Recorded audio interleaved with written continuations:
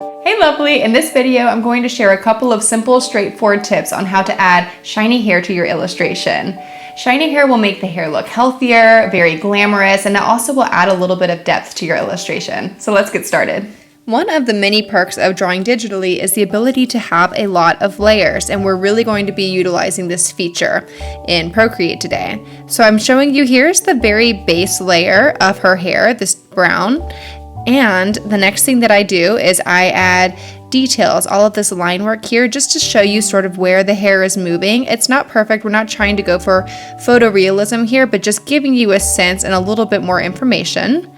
On top of that, I added another layer with just a little bit of shading, and if I use 2 fingers, I can go all the way up to do 100% opacity. I reduced the opacity just a little bit so you can still see some of this line work happening here, and you can already see her hair is half up and it's half down, and adding the shade there really helps you understand that.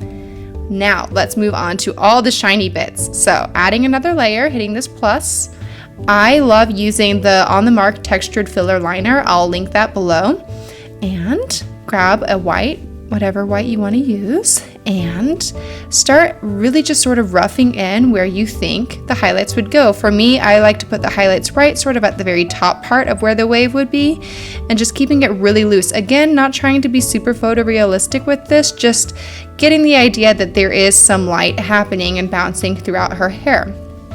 Now, the best part of this is you can change your layer style from normal to overlay, and you'll see it's affecting all the line work that's happening underneath it. I'm actually going to put this underneath that shade layer right here, and the highlight is affecting all this beautiful line work underneath and really revealing it. So you'll see sort of the line work is going dark here, but then light there. I don't always like to have 100% opacity on this overlay layer. I might just kind of reduce it to around 70%. And a lot of times I like to make another layer just like this, where I'll add a couple more shines even on top of these existing shines, and do the exact same thing where I will change my layer style from normal to overlay. And you'll see it's affecting every layer that's underneath it, but not affecting the background, because all of these are on a clipping mask. And I actually have a tutorial on clipping masks that you can check out. And here we are. Let me just show you again what it looks like without all of this information. There's the base layer. We added these lines. We added this shadow. We added the first level of shine and then the second level of shine. Easy peasy. And that's it. I'm really enjoying creating these tutorial videos for you. If there's something specific that you want to learn about, comment below, let me know, and I'll try and whip that up for you.